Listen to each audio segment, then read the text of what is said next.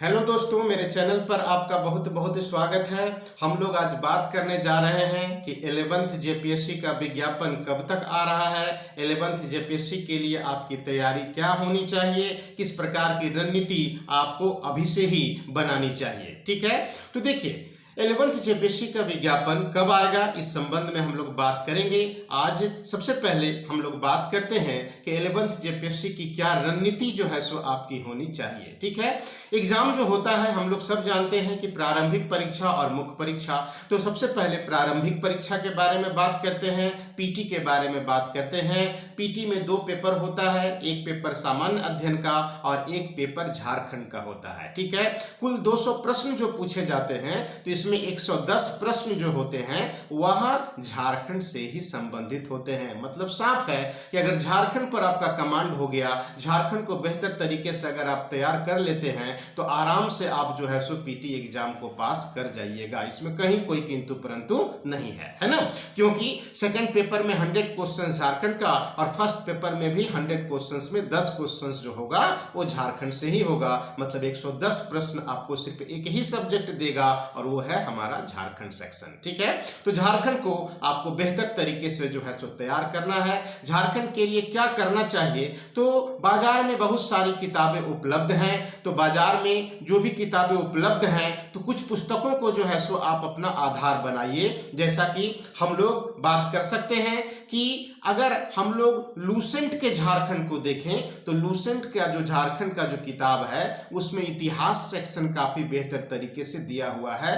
इसलिए लूसेंट के झारखंड से आप इतिहास खंड को जो है सो बेहतर तरीके से तैयार कर लीजिए। फिर हम लोग पाते हैं क्या कि जो मनीष रंजन की जो किताब है, तो मनीष रंजन की किताब को बेहतर तरीके से आपको चाहिए कि कम से कम 2 बार जो है सो उस किताब को आप निश्चित रूप से पढ़ लें, है ना। कुछ फैक्ट उसमें निश्चित रूप से गलत दिया हुआ है, लेकिन गलतियां इतनी कम हैं कि उसके कारण जो है सो किताब को इग्नोर नहीं कर सकते हैं। वह निहायत ही एक कंपलसरी किताब के रूप में जो है सो वर्तमान में जानी जाती है। तो आप मनीष रंजन के झारखंड को निश्चित रूप से जो है सो पढ़िए। कम से कम 2 बार एग्जाम तक वो किताब आपका पढ़ा हुआ होना चाहिए, है ना। फिर हम लोग देखते हैं क्या कि परियोजन पब्लिकेशंस का जो झारखंड है ना, तो दोनों किताब ऑब्जेक्टिव भी आता है परियोजन पब्लिकेशंस के झारखंड का और जो सब्जेक्टिव है, तो दोनों किताब को जो है सो आपको बेहतर तरीके से जो है सो देख लेना है। इसके अतिरिक्त जो है उड़ान पब्लिकेशंस की किताब को भी जो है सो आप देख सकते हैं। मतलब कि मुख्य रूप से आपको लूसेंट के झारखंड को देखना है, उड़ान पब्लिकेशंस के झारखंड को देखना है, परियोजन पब्लिकेशंस के झारखंड की दोनों किताबों को जो है सो देखना है और मनीष रंजन के झारखंड को जो है सो बढ़िया तरीके से देखना है। रोज अखबार पढ़ना है, अखबार में झारखंड से रिलेटेड जो भी ऐसा घटनाक्रम आपको लगता है कि परीक्षा के लिए महत्वपूर्ण है, तो उसको रोज जो है सो उसका फुटनोट्स आपको तैयार करते जाना है। क्योंकि रोज अगर हम लोग अखबार पढ़ते हैं तो करीब करीब 8 से 10 ऐसा क्वेश्चंस जरूर हम लोगों को मिल जाता है जो जेपीएससी के लिए या जेएसएससी के लिए महत्वपूर्ण होता है। तो रोज अखबार बढ़िया से आपको खंगालना है, बढ़िया से आपको जो है सो पढ़ना है। उससे झारखंड का बहुत सारा जो क्वेश्चंस है ना, चाहे वो करंट ही क्यों ना हो, है ना, तो वो आपको वहां से हो जाएगा। तो अखबार को बेहतर तरीके से पढ़ना है। फिर हम लोग पाते हैं क्या कि झारखंड सरकार का जो इकोनॉमिक सर्वे है, तो झारखंड सरकार का इकोनॉमिक सर्वे आपको उसको ऑनलाइन जो है सो आप उसका प्रिंट ले सकते हैं। तो इकोनॉमिक सर्वे को आपको देख लेना है, क्योंकि पिछला जो पीटी एग्जाम हुआ था तो बहुत सारा प्रश्न जो था वो इकोनॉमिक सर्वे से ही जो है सो लिया गया था, है ना। तो इकोनॉमिक सर्वे को भी जो है सो देखना बहुत ही जरूरी है। हाँ, ये अलग बात है कि काफी बड़ा है, काफी पेज में है ये, लेकिन जो काम की चीजें हैं अकॉर्डिंग टू सिलेबस आपको निश्चित रूप से जो है सो उसको देख लेना है। कुछ महत्वपूर्ण आंकड़ों को जो है सो आपको समझ लेना है ना। इतना काम आपको जो है सो झारखंड के लिए आज से ही स्टार्ट कर देना चाहिए, है ना। रहा सवाल फर्स्ट पेपर का, तो फर्स्ट पेपर में हम लोग पाते हैं कि आपको इतिहास पढ़ना है, भूगोल पढ़ना है, पॉलिटी पढ़ना है, इकोनॉमी पढ़ना है, साइंस पढ़ना है, झारखंड पढ़ना है और फिर हम लोग जीके के अंतर्गत कुछ पर्यावरणीय कारकों को देखेंगे। कुछ पर्यावरणीय मुद्दा है, मानवाधिकार है, खेल है ना, इन सब चीजों को जो है सो आपको देखना है। मतलब जो फर्स्ट पेपर का जो सिलेबस है पीटी का, उसमें टोटल 8 खंड है ना। इसमें 8वां जो खंड है जिससे 15 क्वेश्चन जो पूछा जाना है है ना, उसमें हम लोग देखते हैं कि मानवाधिकार के बारे में आपको पढ़ने के लिए कहा जा रहा है, जैव विविधता को पढ़ना है, क्लाइमेट चेंज आदि के बारे में आपको पढ़ना है, ठीक है ना, आपको बेरोजगारी के बारे में पढ़ना है, गरीबी के बारे में पढ़ना है ना, खेल है, आपदा प्रबंधन है। तो यह जो सेक्शन है जिससे 15 क्वेश्चंस जो है सो दिया गया है, तो किसी भी जीके की किताब में आपको ये बेहतर तरीके से मिल जाएगा। तो आप इसके लिए क्या करेंगे, इस पर अभी फोकस करना है आपको, ठीक है ना। फर्स्ट पेपर में ये 15 नंबर जो एच खंड हम लोगों को उपलब्ध कराता है, ये बड़ा ही महत्वपूर्ण है और मेरिट में इस खंड का अपना एक विशेष महत्व है ना, जो पिछले पीटी के रिजल्ट में हम लोग जो है सो देखें, है ना। तो इसके लिए आपको कोई भी बेहतर एक जीके का किताब ले लीजिए, उस जीके के किताब से आप जो है सो एच खंड वाला सारा सेक्शंस जो है सो आप देख लीजिए, उससे आपका काम हो जाएगा, है ना।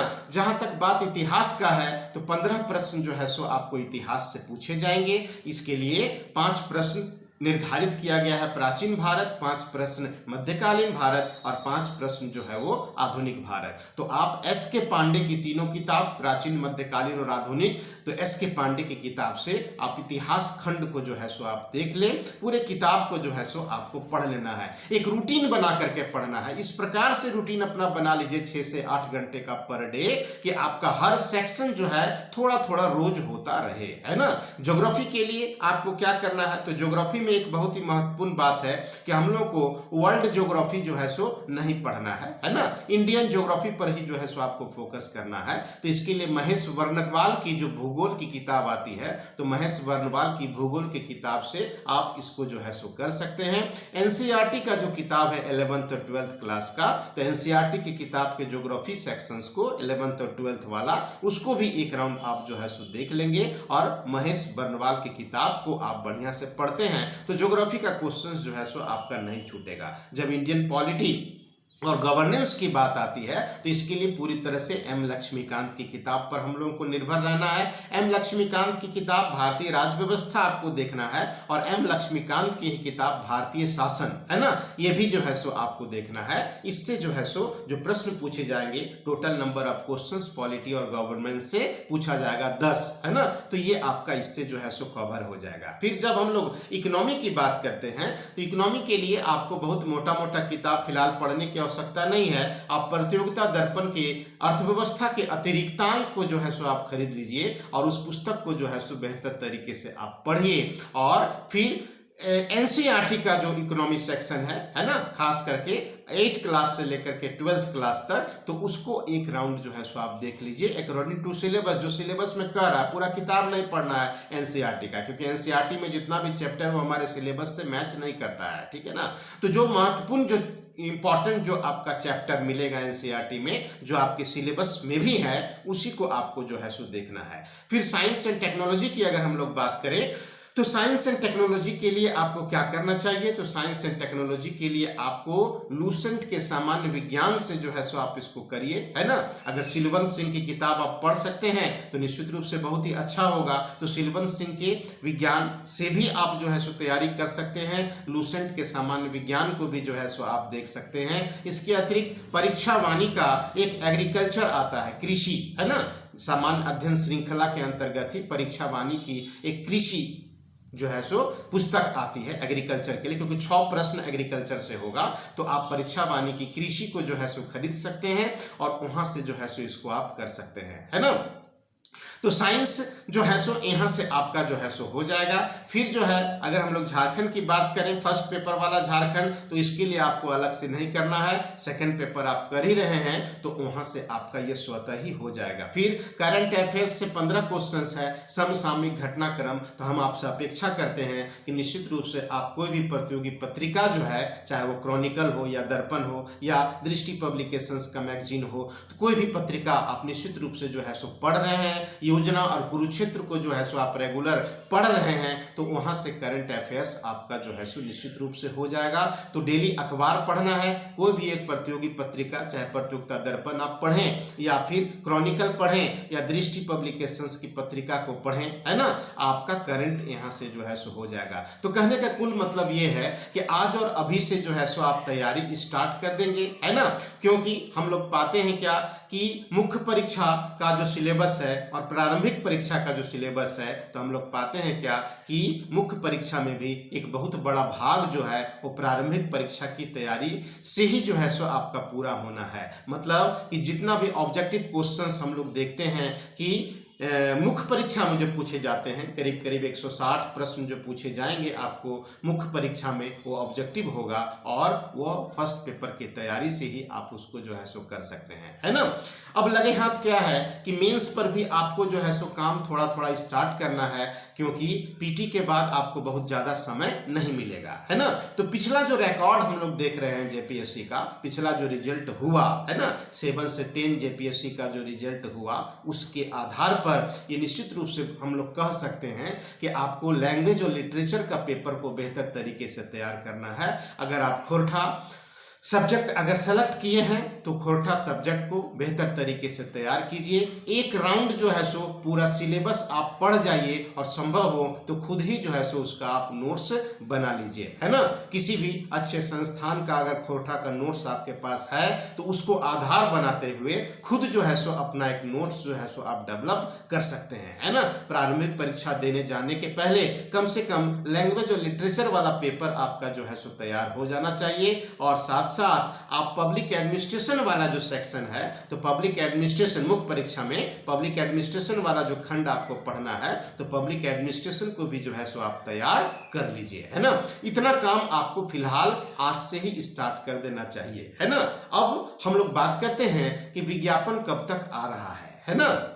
तो देखिए, जो भी सूचना हमको जो है सो उपलब्ध हो पाया है, तो निश्चित रूप से 11th जेपीएससी पर बहुत तेजी से जो है सो काम चल रहा है और पूरी कोशिश की जा रही है कि 15 नवंबर से पहले विज्ञापन जारी कर दिया जाए, है ना। तो 15 नवंबर से पहले विज्ञापन निश्चित रूप से जारी हो जाना चाहिए, है ना। अगर 15 नवंबर से पहले विज्ञापन जारी हो जाता है तो ये मान करके चलना चाहिए हम लोगों को कि जनवरी लास्ट या फरवरी फर्स्ट तक में जो है सो प्रारंभिक परीक्षा वो ले सकता है ना।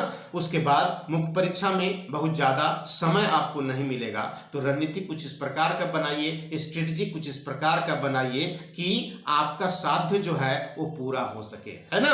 आप बिना समय को गंवाएं, प्रतिदिन 6 से 8 घंटा आज से ही जो है सो पढ़ना शुरू करें और इसमें आपको निश्चित रूप से जो है सो सफलता मिलेगा, है ना। क्योंकि पिछला जो एग्जाम हुआ तो उसमें एक ऐसे स्टूडेंट का एग्जाम्पल मेरे पास है, खुद हम जान रहे हैं पर्सनली उसको, है ना। तो वो कभी भी जेपीएससी के बारे में जो है सो नहीं सोचता था, वो हमेशा सीजीएल को, जेएसएससी सीजीएल को अपना टारगेट बना करके चल रहा था 2015 से ही, है ना। जेपीएससी के बारे में सोचता ही नहीं था, है ना। अचानक जब हम उसको बोले कि ठीक है तुम सीजीएल देते हो, जेपीएससी भी दे दो इस बार, है ना, निकला है तो परीक्षा में बैठने में तो कोई हर्ज नहीं है, ठीक है ना। तो वो मेरे कहने पर वो लड़का फॉर्म भरता है ना, प्रारंभिक परीक्षा पास करता है, मेंस के समय एक स्ट्रेटजी के तहत जो है सो काम वो करता है ना, और मुख्य परीक्षा भी पास करता है। इंटरव्यू में वो इंटरव्यू के लिए जो है सो जाता है और फाइनली वो सेलेक्टेड हो जाता है ना, मतलब उसका सिलेक्शन जो है सो हो जाता है, ठीक है। तो कहने का मतलब ये है कि जेपीएससी में कब किसका कहां किस तरह से होगा ये कोई नहीं जानता है। आप मेहनत कीजिए प्रॉपर वे में, अगर सही ट्रैक पर जो है सो अगर आप मेहनत कीजिएगा तो निश्चित रूप से आपको सफलता जो है सो इसमें मिलेगा। तो बिना समय को गंवाएं, आप निश्चित रूप से जो है सो अवसर की प्रतीक्षा आपको नहीं करना है, आज और अभी से ही जो है सो आपको लग जाना चाहिए, क्योंकि आपको जेपीएससी मौका नहीं देगा। अचानक से विज्ञापन आएगा, अचानक से पीटी का डेट आएगा और आप फंस करके जो है सो रह जाइएगा। इसलिए अगर आपका सपना है जेपीएससी एग्जाम पास करके अधिकारी बनने का, तो आज और अभी से इस रणनीति के तहत जो है सो लग जाइए। 6 से 8 घंटा पर डे जो है सो आपको पढ़ना है ना। तो आज इतना ही, नेक्स्ट वीडियो में किसी अलग टॉपिक के साथ जो है सो हम लोग मिलेंगे। धन्यवाद।